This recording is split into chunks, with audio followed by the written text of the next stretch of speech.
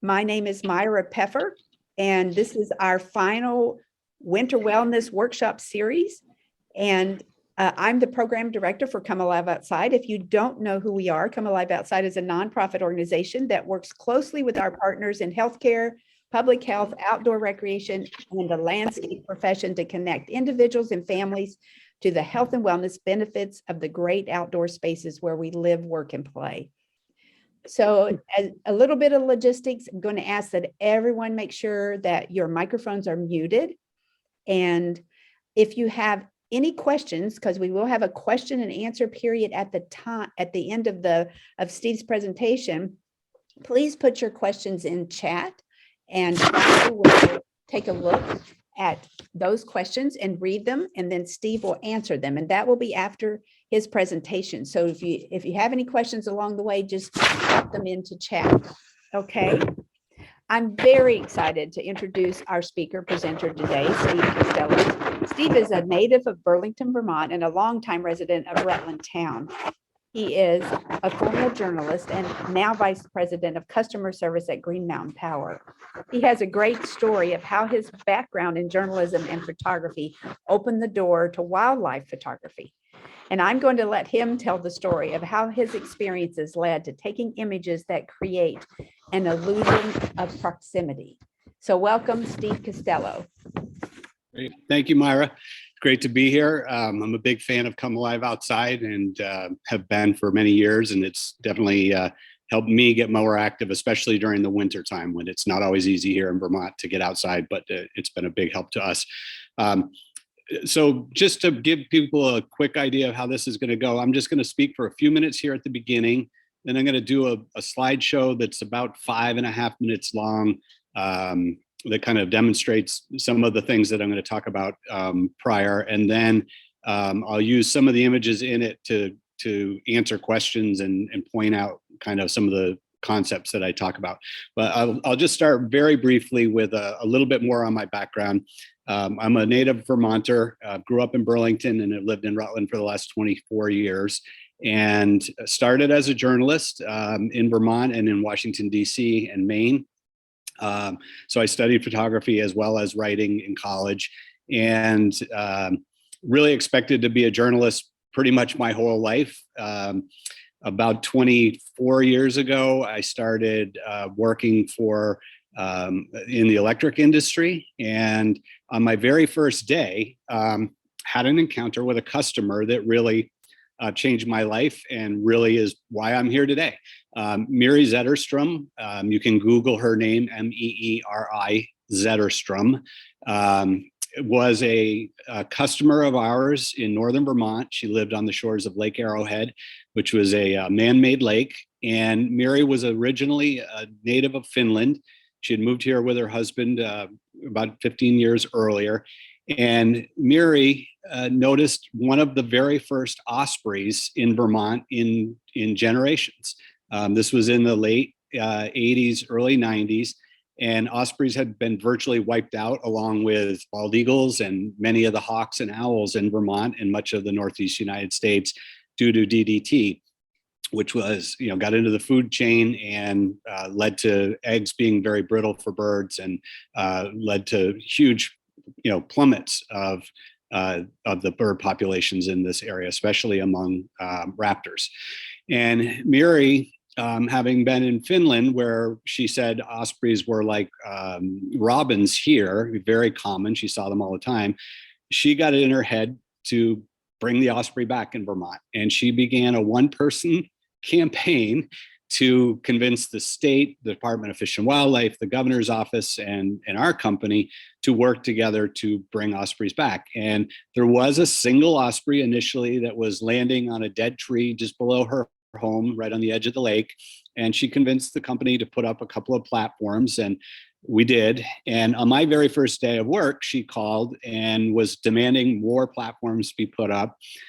She was very persistent, and my boss at the time said, "Why don't you deal with her, see what you can, work out with her." And she and I hit it off immediately and began a very intense campaign to educate Vermonters about ospreys. For those who don't know the osprey, it's a large a very unique member of the raptor family. It has a 6-foot wingspan, but it only weighs about 4 pounds when it's fully grown. And it has all kinds of adaptations that make it the preeminent fisher among birds. They have special feet. They have toes that can go in both directions. They have pads on their feet that are like prickers on a wild berry, or a blueberry or blackberry patch that help them catch fish. Anyway, long story short, Meeri and I and the company worked together with Fish and Wildlife for many years. And after several years, the first osprey to hatch in Vermont in more than 50 years was hatched on a platform just below Meeri's house.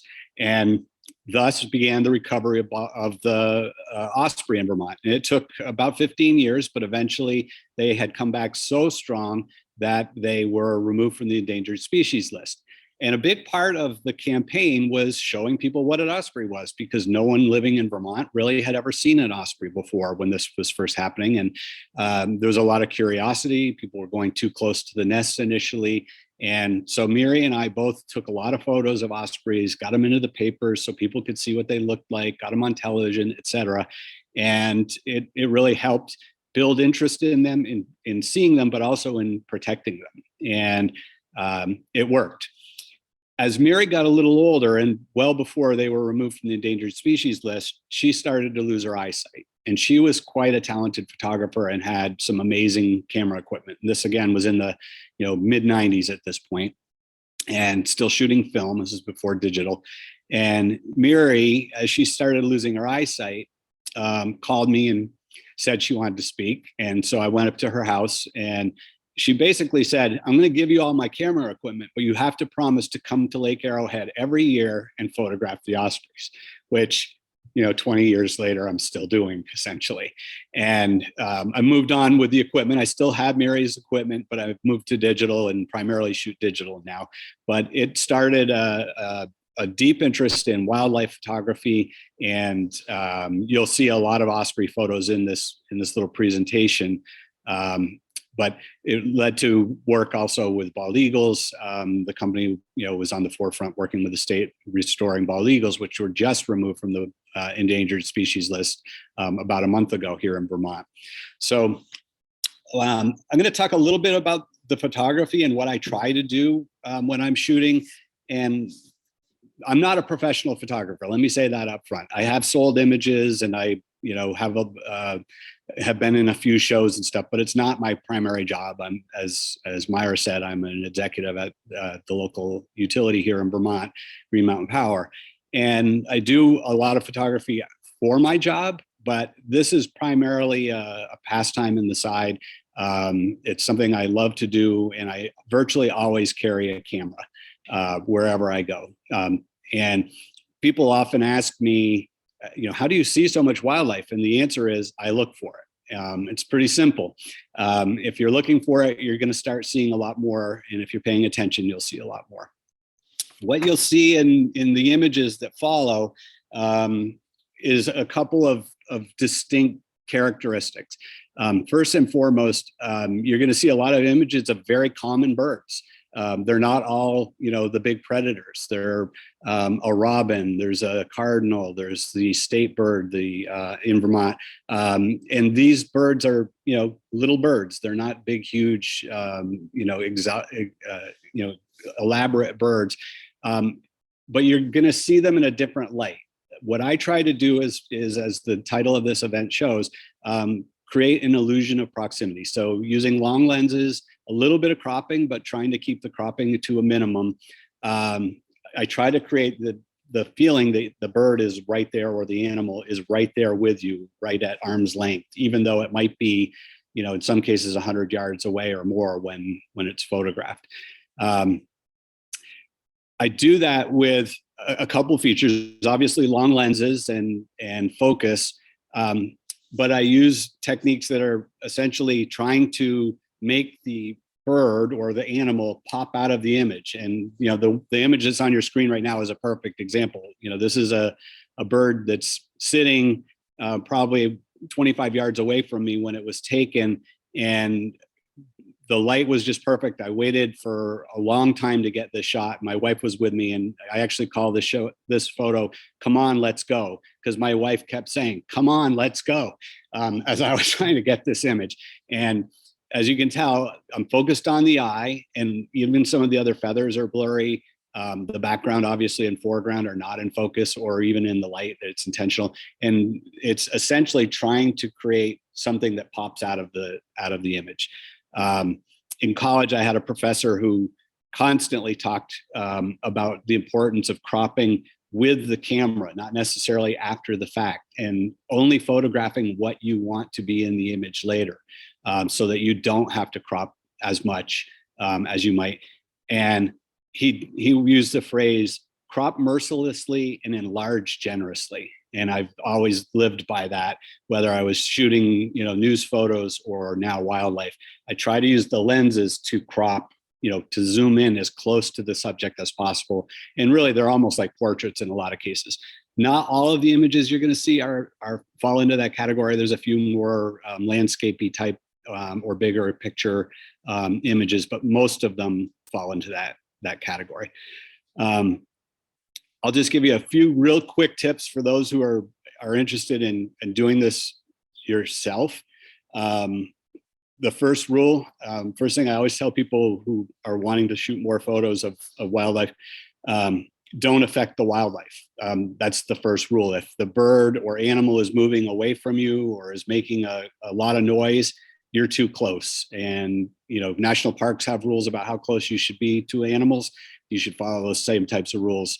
And it depends on what the animal is. If you're sitting on your back deck and a bird's landing 10 feet away on the porch, that's one thing. It's a different thing when you're going out into the field to see bald eagles or ospreys or endangered species. You have to give them the room that is required. And if they're moving away from you, if you're disturbing them, you have been too close. You're going to see a lot of the images. I try to shoot at eye level, and most people stand with a camera wherever they are, and wherever their head is where they shoot from. I often am lying on the ground to photograph things, or trying to get up in the air to photograph things. Whether there's an image in here I'll talk about later that was shot from a bucket truck after we rescued an osprey that had come out of its nest and its parents had abandoned it. We actually put it back into a different nest, and it was the first time in Vermont history anyway that an osprey has been adopted by another set of parents, and it was successful and it did fledge. But the point being, I try to get to the eye level of the subject. Use the sun to your advantage. It sounds so obvious. If you're anything beyond a beginning photographer, it's probably the most obvious thing, but I can't tell you how many people show me images and don't understand why everything didn't show up the way they thought it was going to. And they're looking directly into the sun trying to photograph a bird or an animal. You got to get the sun behind you or at an angle to whatever you're shooting it to really light it up. I try to compose the printed image or the image that's going to show up on a screen later with the camera, as I said. And a good way to do that is some cameras actually have a grid that will show up on the image as you're looking at it. It cuts the screen into 9 parts, essentially. It cuts it into thirds sideways and up and down. If your camera doesn't do that, you can just do it with your eyesight and kind of do it. And this picture is a great example of it. If you look at that, the eye is essentially 1/3 down from the top of this image. And it's not a hard and fast rule, but generally I try to have the focal point of whatever image be on one of those grid lines, somewhere ideally in an intersection of them. It just makes for really neat composition, and it's a good way to train yourself to create images that ultimately are going to be something you're going to want to look at later. I always try to focus on the eyes. It's not easy. The eyes are the smallest part of the of the creature oftentimes. There is some new technology. I don't have it yet, but there is some new technology coming out in a lot of the higher end cameras where Nikon saw an ad the other day and watched a video that was unbelievable. Nikon has a new thing in some of their cameras that if you're photographing wildlife and you point your camera at it, it will actually find the eye and lock onto the eye. So even if the creature keeps moving, it will keep the focus on the eye of the creature, which is just amazing. Of course, that camera starts at $5,400 with no lenses. So it's not going to be in everybody's camera bag for sure.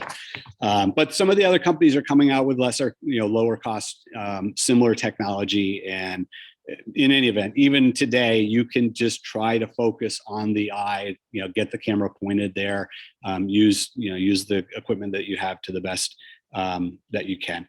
And the last big tip, it sounds really funny, but practice on your dog, your cat, the birds in your yard, or your kids. I'm ultimately trying to shoot what are a portrait of these creatures. And it's not frankly, really a whole lot different than taking a portrait of a person. So I think I'll stop there for now, and I'll just run this little quick slideshow. These images are primarily from Vermont, but there are some from Western US, the Shenandoah Valley, Africa, Costa Rica, and a couple other places. And they're kind of grouped by where they're from, but not necessarily.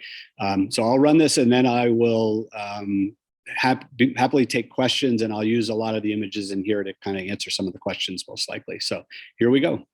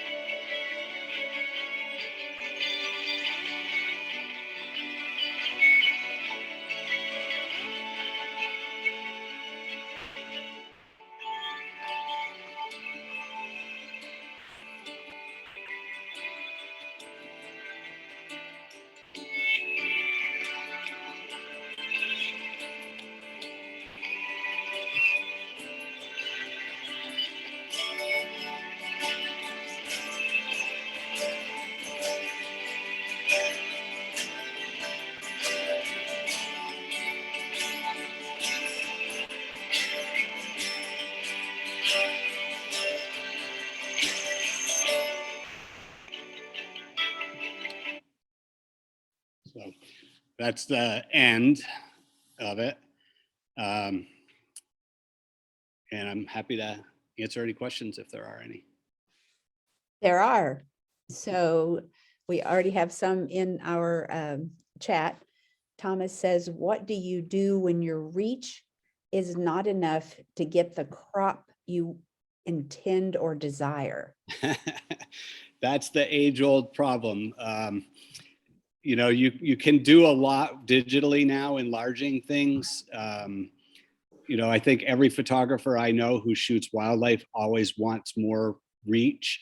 Right now, my longest lens is a 600 millimeter, and I'm going back and forth in my head on, you know, there's an extender that's only a couple $100 that would give me another 200 millimeter, you know, like a 1/3 increase essentially in reach. You know, I ultimately right now it falls to having to crop if you can't get as close to the image, you know, to what you're trying to shoot as you want to with the camera. It boils down to cropping, and sometimes you just can't get, you know, what you want. That's one of the hazards. The other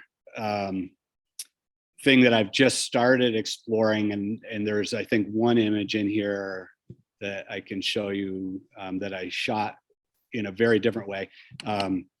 This image here is actually, believe it or not, shot with an iPhone from 150 yards away, but using a scope and putting the iPhone with a little attachment onto the spotting scope.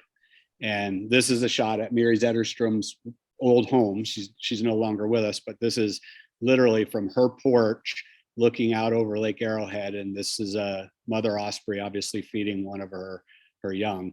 And with my 600 millimeter lens, this is the same, this is as close as I can get. This is uncropped, this image here, of the exact same location, same nest, and same mother right here as in that other image. So that's it. I mean, you can always buy more. There's always a bigger lens available, and there's new, you know, technology that is making it possible to, you know, digitally enlarge things dramatically and bring them closer and closer. But those are your two options, really.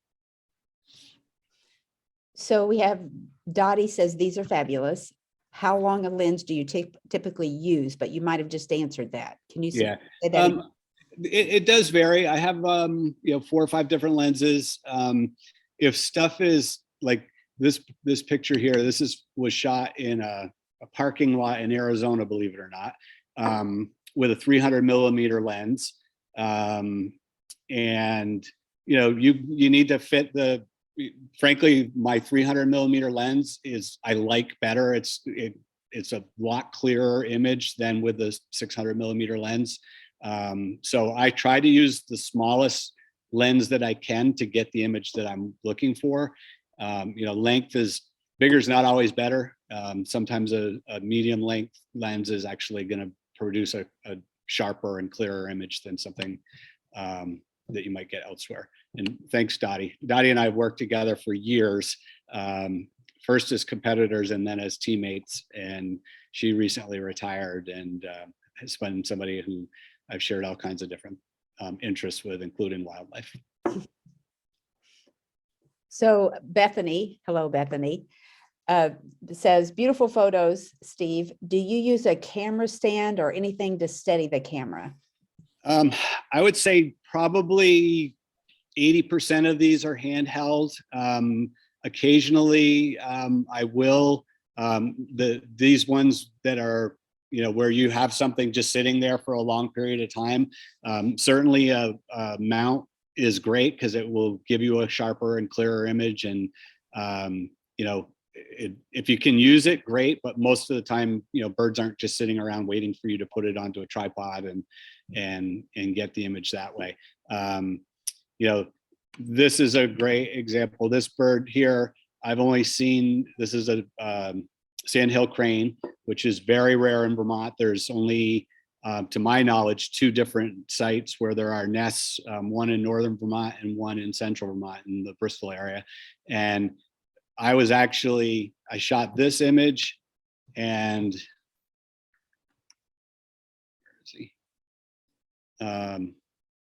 the eagle image that was at the front. Oh, this on the same day. I actually was out to see this guy and spent a couple hours photographing this bald eagle, and totally by chance. And this was on a tripod because this is probably, I don't know, 150 to 200 yards away from a road, and you can't go into the field where, they're on the other side where their nest is. And so this was on a tripod to get as much, stability as possible from that distance. It's, even with a 600 millimeter lens, it's a tough get. So that image I got. And then as I was leaving, less than a mile later, there were several cars pulled over on the side of the road in the middle of nowhere. And it was very odd. And I looked, and 20 feet into the field was this guy just walking along, picking corn up on the side of the road. So this was handheld. If you zoom in, it's not perfectly sharp on the eye, but it's pretty darn close and sharp enough that you can see the mud on his bill. And but if I had had the time to put it onto a mount, this would have been a even, more exciting picture for me. But I love it. It's in my kitchen, about 3 feet tall, almost life size. Vernon made a comment. These are pro grade, no matter what you say about your level. Thank you very much. And then Sherry asked, how do you maintain such great focus? I think when I started, cameras, none of the probably first 4 or 5 cameras I had, none of them had autofocus. Back in the day when I was starting out as a journalism, you had to focus by hand. You had to set your light meter. You had to do everything by hand.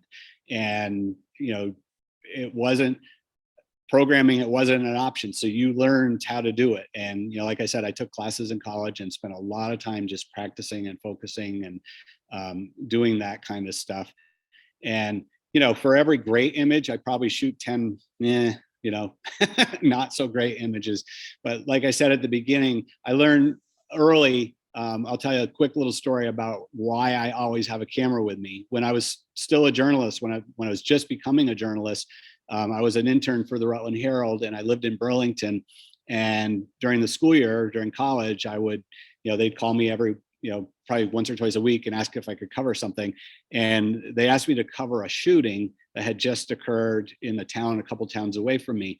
And so I rushed out to the scene, and there were police all over the place. And there were 3 different TV crews and a Burlington Free Press reporter who I actually knew as a professor from where I was a student.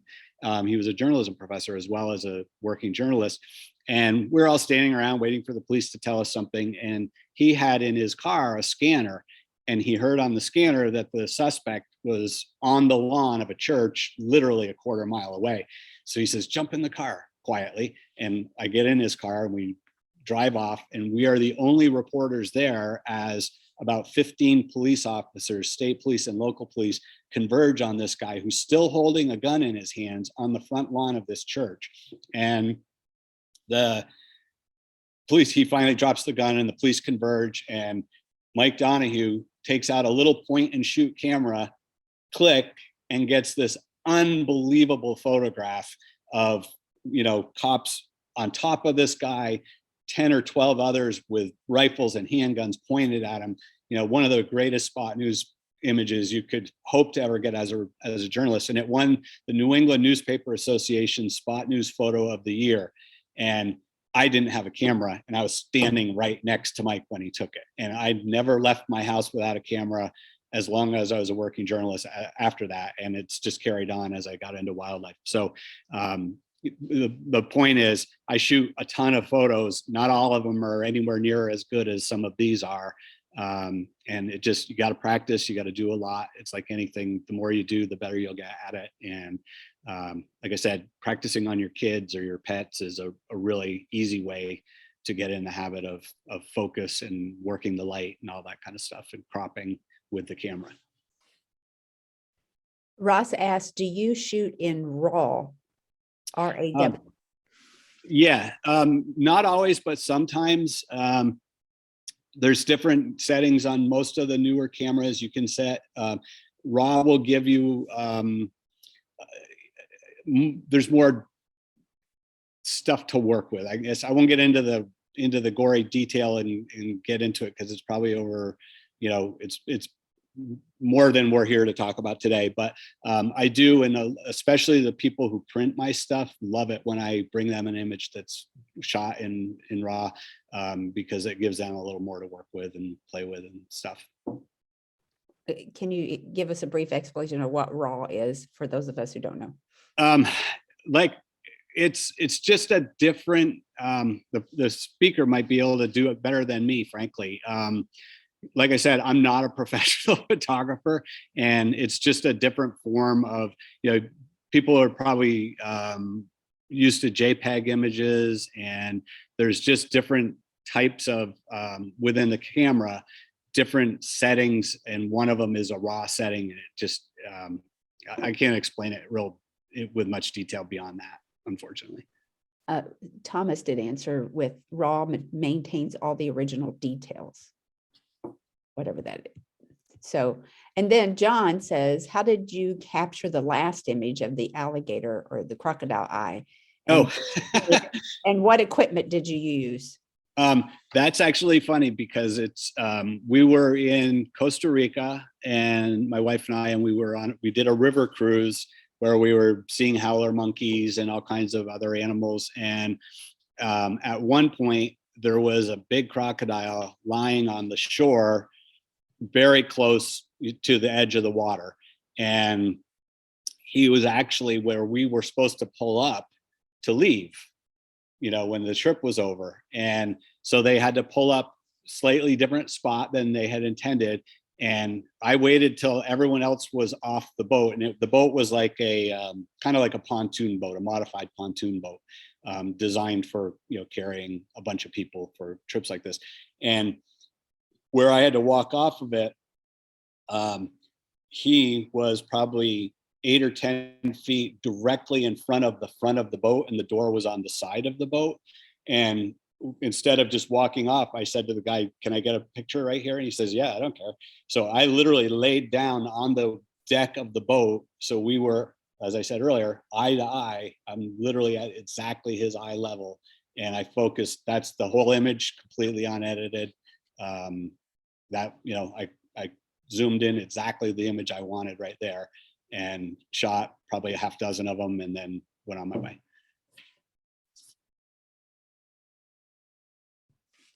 So Paul Costello says, great work, Steve. Probably no one individual in the history of Vermont has done as much to bring back major raptors to the state. We all owe you for this work. Paul's my brother and my biggest fan, so thank you, Paul. But I will say there are dozens of people who have done way more than me to help raptors in Vermont. Margaret Fowle, Steve Perrin, John Gabel, with Fish and Wildlife in Audubon. There's so many people who have worked tirelessly, dozens and dozens of people who monitor nests and help put nest boxes up. And Margaret Fowle, as an example, led an extraordinary effort to bring the bald eagle back in Vermont.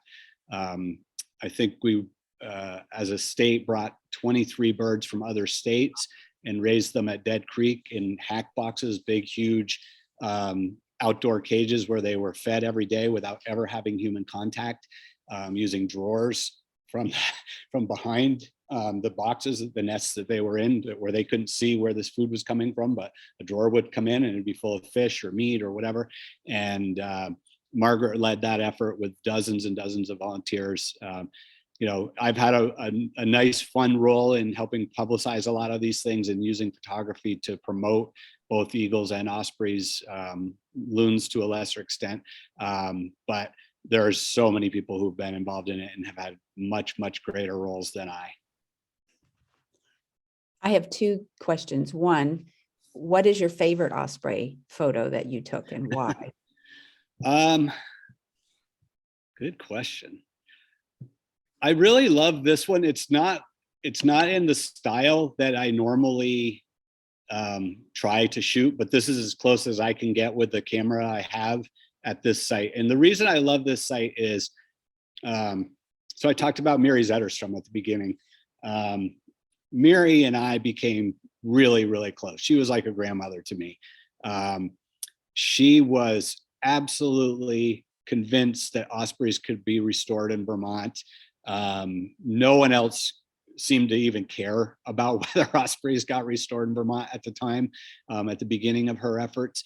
And she would not hear of it, that Vermont wasn't going to get behind this. She literally harassed the governor. She would call him on an almost daily basis. She would show up at news conferences. If she heard he was going to be in Franklin County at some public event, she would show up and buttonhole him and demand support for osprey restoration. And I remember a quote from Steve Perrin, who was the wildlife biologist who ultimately was, really heavily involved in ospreys returning to Vermont and working with Meeri and others.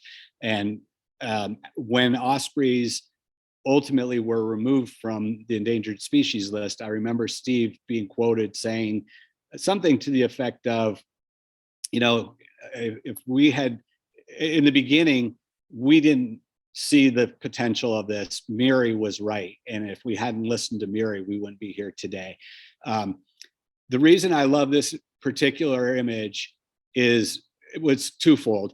First of all, since the first year that ospreys nested successfully on this specific platform, literally that platform that you see in the image, some osprey, not the same ones, obviously, but ospreys have nested on that exact same platform 25 years in a row and successfully produced fledglings from that exact spot. And I visit that spot every single year, at least 2 or 3 times. I'm waiting with bated breath. And this year is going to be really interesting because, so Meeri's been dead for about 10 years. The third subsequent owner now owns that house where Meeri lived. And thankfully, each one has passed on Meeri's notebooks, Meeri's photographs, Meeri's love for ospreys to the subsequent homeowner. And each of them have given me the ability to continue to visit them there. And it sounds weird, but I get emotional about it, as you can tell. It's a pretty amazing thing to have a site where 25 years in a row, ospreys have been successfully fledged. This year, there's a question whether that's going to happen again. And the reason is last spring, a pair of bald eagles tried to steal that nest. They showed up. The ospreys have returned to that site literally between April 5th and April 12th every single year for 24 years. And last year they showed up actually in March early, so more than a week earlier than they had ever showed up. And when they got there, there was bald eagles who were trying to take up residence on their platform. And the ospreys chased them off, which is kind of a miracle on its own, because the bald eagle is a lot bigger bird than an osprey. Their wingspan's about the same, but the bald eagle is a much bigger bird. And the ospreys fought for their nest, and they ultimately won. And the bald eagles tried to build a nest about 50 or 60 yards away on a live pine tree on the same shore. We don't know if they actually laid eggs or not, but they eventually abandoned that nest. 2 weeks ago, they showed up again, and rather than try to build a nest on this platform, they have built a nest in that same tree that they tried a year ago. And it appears that they have actually laid eggs, and that they are sitting on eggs now. So when the ospreys come back sometime in the next week or two or so, hopefully, I hope that they will be able to live as neighbors with their newfound neighbors, the bald eagles. But that's not clear that that's what's going to happen. The bald eagles could become very aggressive towards them now that they, have set up house and have eggs that they are going to defend. And the ospreys could be upset that the bald eagles are that close, and they could try to harass the bald eagles. So it's going to be really interesting to see how it all plays out. I'm hopeful that they'll get along, but I have no idea what's going to come of it. The other reason I just love this picture, when you zoom in, and I don't know how good this image is on the screen, but so this is taken by, about 150 yards away. And to get two generations, and I'll explain how you can tell there are two different generations to those of you who don't, to get two generations and all of them pretty darn sharp. To me, I just love this image because of that. So how do you know they're two different generations? You can look at the eyes. When ospreys are born or hatched, not born, their eyes are brown or orange, as you can see here. And as they mature, they become yellow, like that.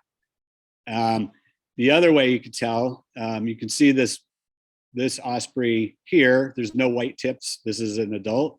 And here you can't really tell so much because you can't see the sides, but you can tell there's no white tips on these feathers, whereas every feather tip here is white on this bird.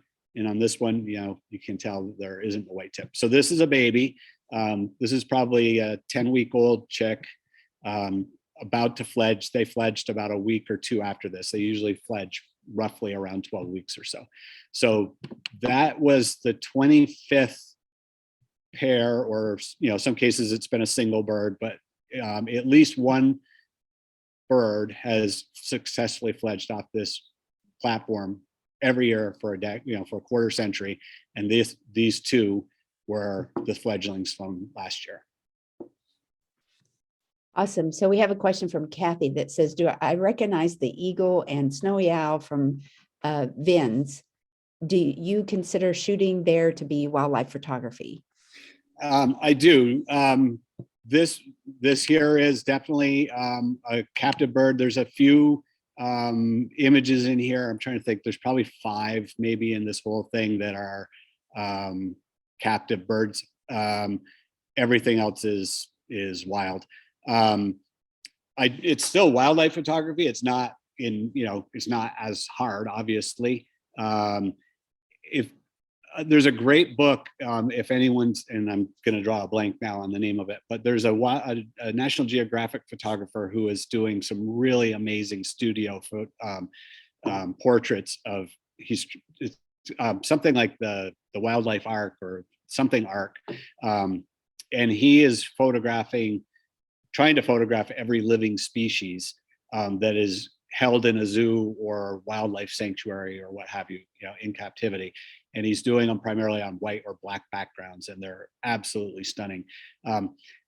Again, what I'm always trying to do, whether it's this is a wild bird. This is a bird sitting on a utility line, and from across the road was able to get, that kind of detail on him. I'm always trying, these are wild.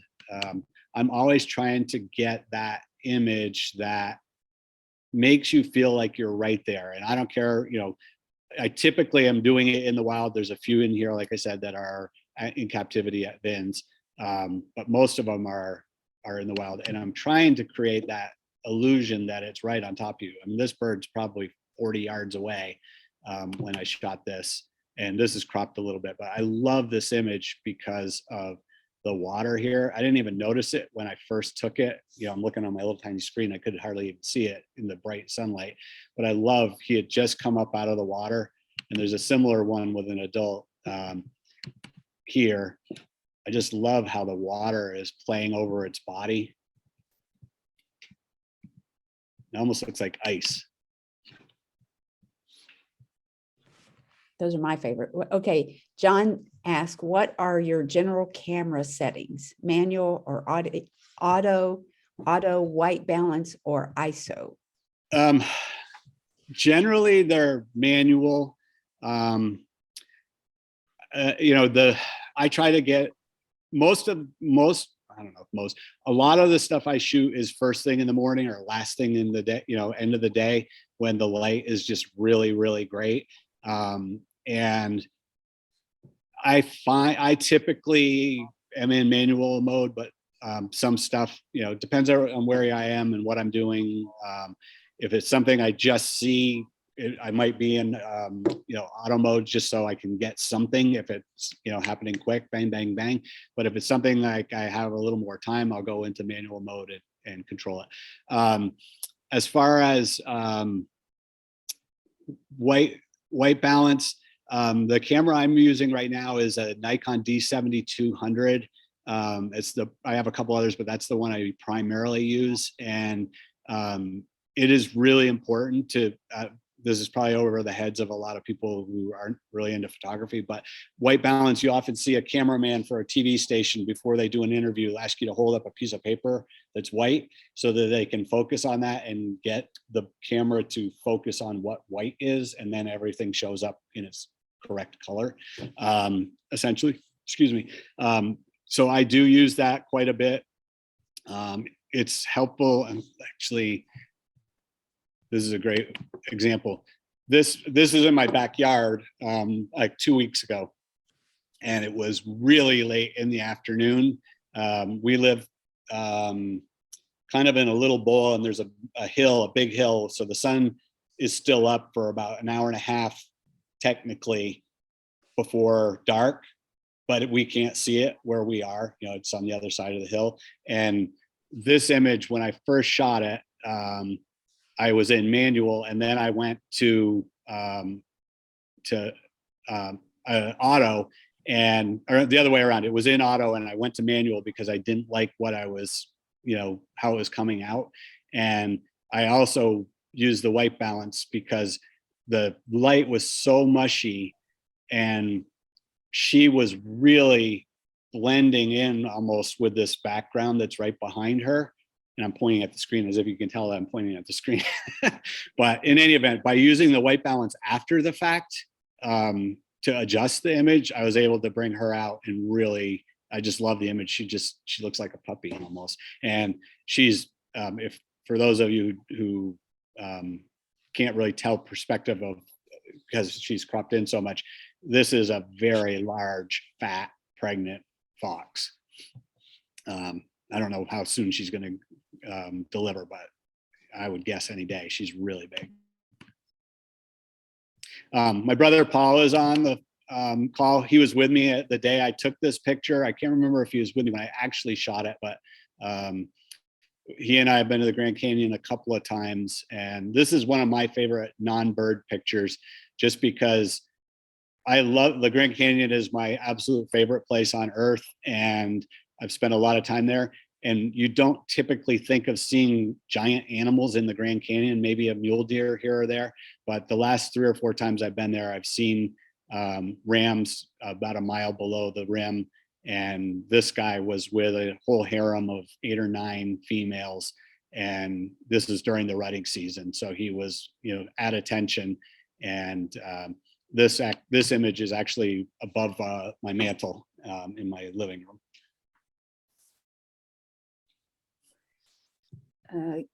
A couple of things. Thomas said the name of the book you were talking about is called The Photo Arc by Joel Sartori, I think is how Sartori is how you would say the name. Yep. Then we have a question from Kathy that asked, what software do you use for editing your photos? I edit them very, very little, actually, outside the camera.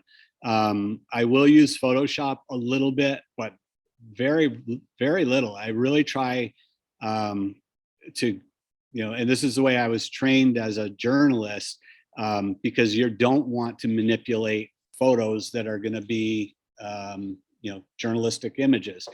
You want to capture the image, and that's the image to the greatest extent possible. You may remember when O.J. Simpson, when the trial was going on, there was all kinds of critique of the way that different magazines, created tone and darkness and things, and allegations that people were trying to make him look more menacing in the photos by darkening them and stuff. So anyways, it was driven into my head early that you try to create the image, and what the image is that you create, that's the image that you got. And so to the greatest extent possible, I really do try to print, with as little editing as possible, both cropping and, light and things like that. This is complete full image, not cropped at all.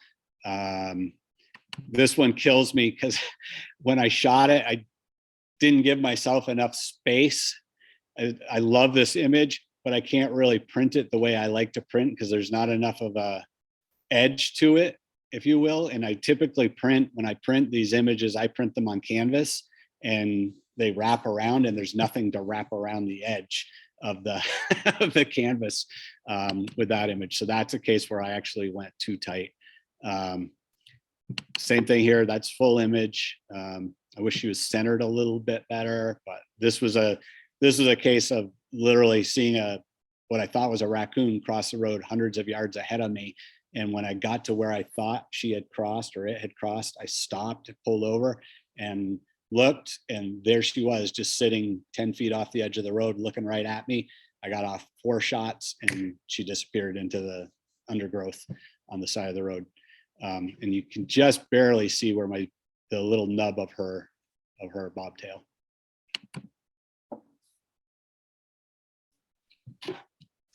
That is the last of the questions. Okay, fantastic. Well, I would, again, just encourage people, look for stuff, look for wildlife. It's everywhere. There's just so much more stuff out there than you would ever imagine.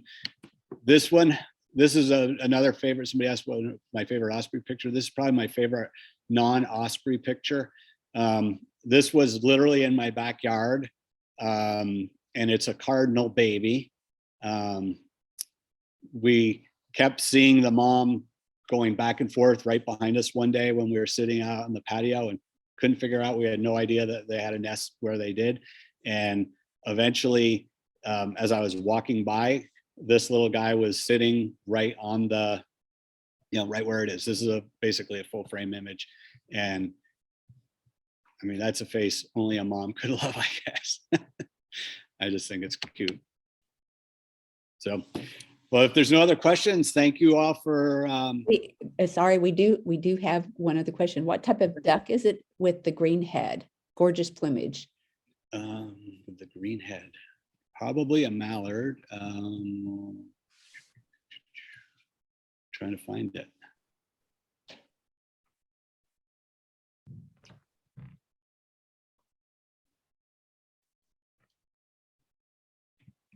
I don't know when they're talking about. I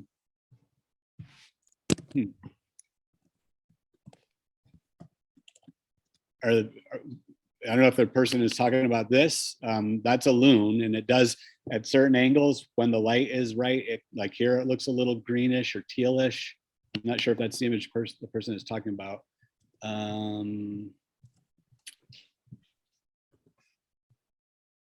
don't see any other green-headed bird in here. I did have a mallard in it, but I think I took it out at one point. On the far left, 2 rows above a turtle. Yeah, that's it. She thought Okay. Okay, yeah. Yeah, that's a loon. That's a loon. And these are all of these images of loons, there's 4 of them here, are all at Chittenden Reservoir, where if you want to see loons, boy, I would encourage anybody who's nearby, go to Chittenden Reservoir once it's warm. And they have become, over the last 15, 20 years, 20 years ago, we work, our company actually owns the reservoir and the dam up there, and we manage the water levels to help loons. There are floating nests that are anchored, and so that they can nest on those rafts, essentially, because loons can't live far from water. They don't walk very well on the ground. And because the water fluctuates dramatically up at Chittenden Reservoir based on how much rainfall there is and stuff, we worked with the state to put in floating things that work for them. And over the last 10 years in particular, the loons have been very prolific. Some years there's been 2 pairs successfully nesting. I think last year 3 pairs tried, and I think 2 of them were successful.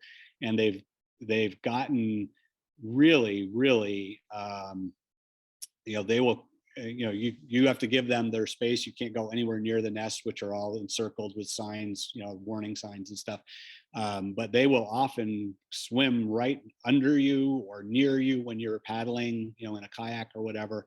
And last year, for the first time, we saw this really cool thing, and maybe others had seen it in the past, but I had never seen it. This picture here was actually taken. There was a group of 4 of them that we were watching, and they were doing something I had never seen. They were literally swimming in a circle and following each other, all going in the same direction, counterclockwise. And we finally figured out what they were doing was kind of a cross between a bonding thing and a fishing thing. They were pushing fish together and then diving in and catching them at the same time. And they did it over and over and over again. If you know Chittenden from the boat access, if you went straight out, there's a 1 boat house to the left, right at the entrance to one of the first bays on the left side of the reservoir. And they were there much of the last part of the summer, the last half of the summer. You could almost count on seeing 4 or 5 ospreys, loons right there doing this weird little dance in the water. Awesome. We have a couple of thank you comments, and Nancy says, lovely photos and even better mission. I'm currently looking to do something similar related in Florida. And many people saying, thank you, great photos. Great. Well, thank you. Thanks a lot.